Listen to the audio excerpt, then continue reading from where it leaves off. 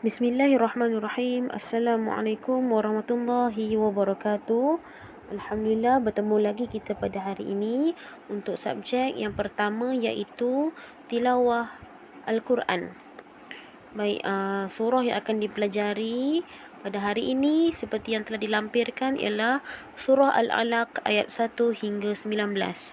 Okey, Ustazah dah bagi link video surah Al-Alaq berserta terjemahannya. Jadi Ustazah nak kamu baca sebanyak 3 kali atau lebih dan ulang baca sehingga lancar dan fahamkan maknanya. Okey, seterusnya tengok. Okey, ini ialah surah Al-Alaq yang bermaksud segumpal darah.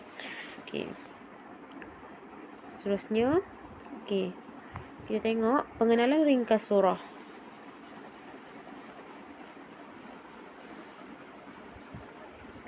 Baik. Ayat ini berhubung peristiwa Rasulullah sallallahu alaihi wasallam telah dihalang oleh Abu Jahal ketika baginda sedang solat. Malaikat Zabaniyah ialah malaikat yang menyiksa orang yang berdosa di dalam neraka. Okey, nak ceritakan mengenai surah Al-Alaq ayat 1 hingga 5 merupakan surah yang ini wahyu yang pertama yang diturunkan kepada Nabi Muhammad sallallahu alaihi wasallam.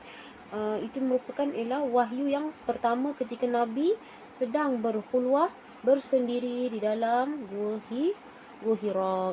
Ia termasuk surah Makkiyah, yakni surah yang diturunkan sebelum hijrah.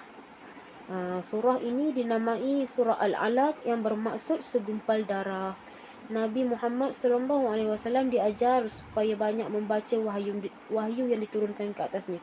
Okey, siapa tahu apa peristiwa ketika Nabi dapat wahyu yang pertama di Gua Hira ni? Wahyu yang pertama ialah surah Al-Alaq ayat 1 hingga 5. Kalau tak ingat tak apa, Ustazah ingatkan balik. Okey, pada ketika itu Nabi berkhulwah ataupun bersunyi-sunyian di Gua Hira. Jadi bila tak ada siapa pun di sekeliling baginda sendiri. Jadi baginda didatangi Jibril yang pada ketika itu datang dengan satu arahan ataupun suatu suara yang menyuruh bacalah.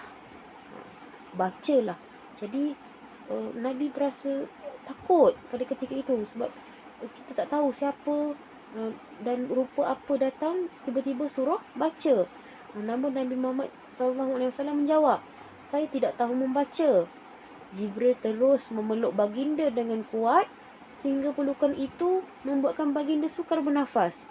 Peluk kuat-kuat sampai baginda sukar bernafas. Peristiwa itu lepas dah peluk tu, Jibril suruh bacalah. Nabi Muhammad jawab, "Aku tidak tahu membaca." Aku tidak mahu tahu membaca. Jibril peluk lagi. Jadi peristiwa itu berulang. Okey. Lalu setelah itu Jibril melepaskan Nabi Muhammad SAW dan mengajar baginda membaca 5 ayat pertama dari surah Al-Alaq. Selepas pada peristiwa Nabi mendapat wahyu yang pertama iaitu surah Al-Alaq ayat 1 hingga 5, baginda pun pulang ke rumah dalam keadaan ketakutan. Baginda minta diselimutkan. Setelah tenang, Nabi Muhammad meluahkan kebimbangan terhadap isterinya iaitu Sayyidatina Khadijah binti Khuwailid. Itulah peristiwa ketika Nabi Muhammad mendapat wahyu yang pertama iaitu ayat 1 hingga 5 surah Al-Alaq. Jadi bila poin sini mengatakan ayat ini berhubung peristiwa Rasulullah sallallahu alaihi wasallam pada ketika itu sedang solat namun dihalang oleh Abu Jahal. Ada sebabnya kenapa dalam surah itu juga Allah menguatkan nabi-nabinya dengan satu bentuk pembelaan. Maknanya Allah hantar satu bentuk pembelaan terhadap Nabi. Tak boleh buat sesuka hati. Allah telah menyergah golongan-golongan yang bertindak melampaui batas ni. Ada pada ketika itu ada yang nak bertindak nak mencederakan Nabi, ada yang bertindak berniat mahu membunuh Nabi. bahkan sampai mahu membunuh, sebabkan tak mahu terima agama Islam pada ketika itu. Jadi Allah turunkan ayat 9 hingga 17 berhubung dengan perbuatan Abu Jahal melarang baginda sallallahu alaihi wasallam untuk melakukan solat.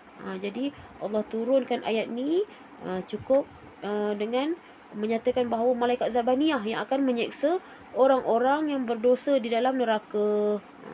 Allah SWT boleh menarik ubun-ubun kepala mereka. Jadi bentuk-bentuk sesaan lah dalam neraka. Jadi malaikat Zabaniyah ni ialah malaikat yang menyiksa orang-orang berdosa dalam neraka.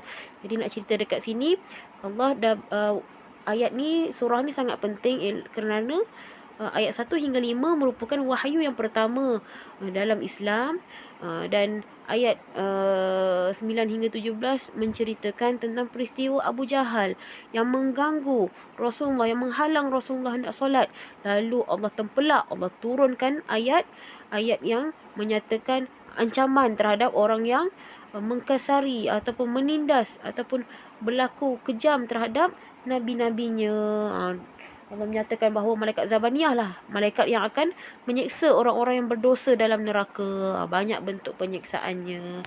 Jadi itu saja daripada Ustazah untuk hari ini. Sekian. Wabillahi taufiq wal hidayah. Wassalamualaikum warahmatullahi wabarakatuh. Terima kasih.